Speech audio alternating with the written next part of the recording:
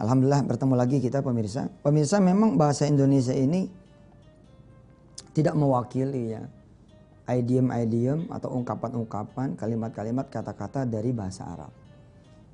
Itulah mungkin sebabnya Allah memilih bahasa Arab sebagai bahasa Al-Quranul Karim. Dan adalah menjadi kemuliaan buat kita dan menjadi sangat bukan wajar ya, sangat hebat lah kalau kemudian kita mau mempelajari bahasa Arab. Ya jangan ngelihat kelakuan sebagian orang Arab yang memang mungkin di mata saudara-saudara semua nggak benar. Tapi kan bukan berarti membuat bahasa Arab itu menjadi rendah. Buktinya Allah memuliakan bahasa Arab dengan menjadikan bahasa Arab menjadi bahasa Al-Quran. Kurang-kurangnya ada 3 dalam Al-Quran ya yang mengatakan bahwa Al-Quran itu dalam bahasa Arab. Di surah Yusuf awal-awal, di surah Fussilat awal-awal, di surah Az-Zukhruf awal-awal. Ya. Di surah Yusuf, ya, kemudian di surah Fussilat,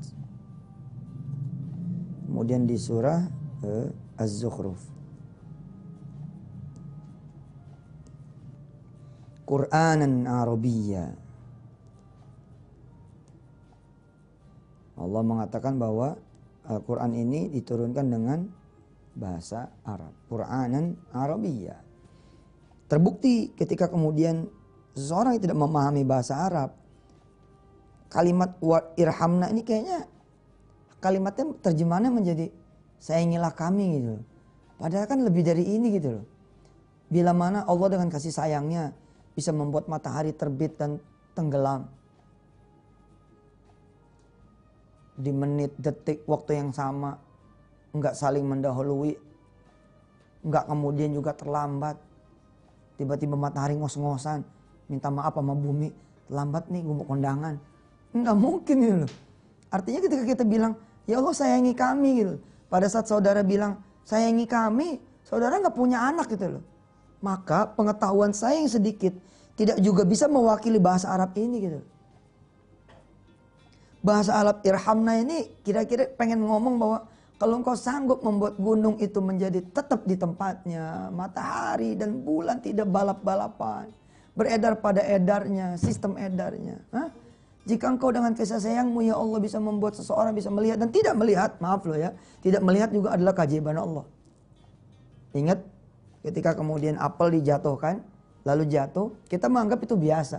Padahal karena kita di bumi jadi biasa. Coba kalau emang ada takdirnya orang dari luar angkasa datang ke bumi, dia bengong-bengong, ngelihat nggak perlu ngelakuin sesuatu, lalu jatuh gitu loh.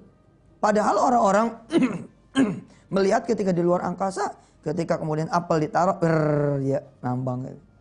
Oke? Irhamna betul. Bahasa Arabnya Masya Allah, Masya Allah. Wajib belajar, menurut saya sih wajib belajar.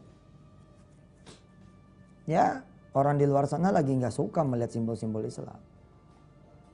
Lo Arab kan bukan simbol Islam. Iya bagi ente, buat aneh sih tetap simbol Islam. Allah udah bilang, Qur'anan Arabiyya, mau diapain coba? Bukan Qur'anan Englesia, Qur'anan Indonesia, bukan, Qur'anan Arabiyya. Di dalam surah Yusuf, saya mencintai surah ini karena namanya sama. Yusuf, nggak pakai Mansur. Kita lihat nih ayat 3 ya.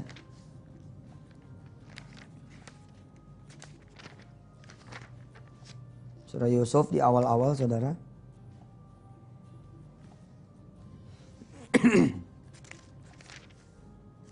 Perhatikan coba. Mulai dari ayat 1 kita baca.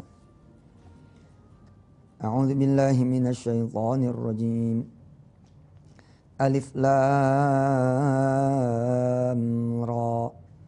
Tilka ayatul kitabil mubin. Inna anzalnahu Qur'anan Arabiyya la'allakum ta'qilun. Nahnu naqussu 'alaika ahsanal qasasi bima auhayna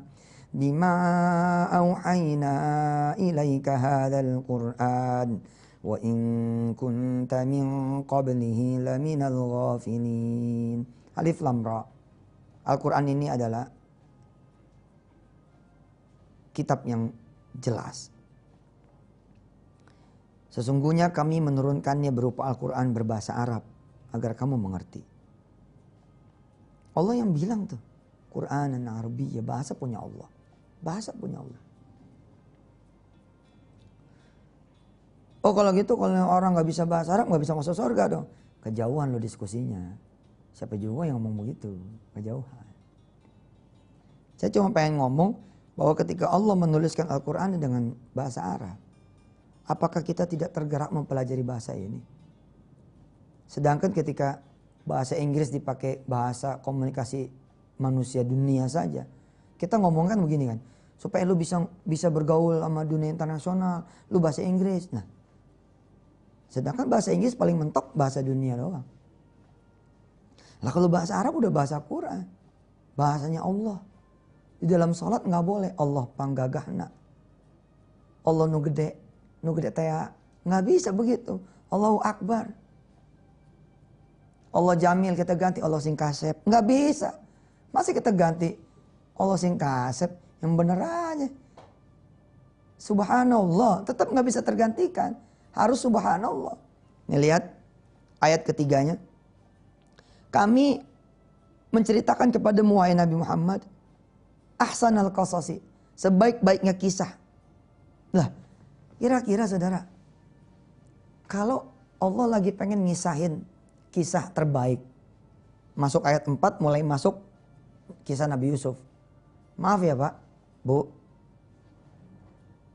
film itu bukan kisah terbaik. Kenapa? Film itu palsu, nggak real gitu. Tapi kalau cerita Allah, cerita-cerita Al-Quran, semuanya asli. Dan yang mengisahkan adalah yang juga ada di zaman itu dan dia ada di sepanjang zaman. Allah yang mengisahkan ini, mengisahkan dalam bahasa Arab.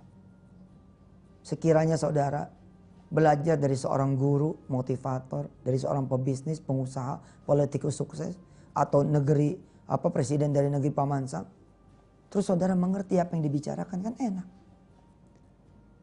Nggak ada jeda, nggak ada sela, nggak ada salahnya. Memang mungkin ada penerjemah, tapi penerjemah mana yang bisa plak sama dengan apa yang diterjemahkan? Enggak bos, beda.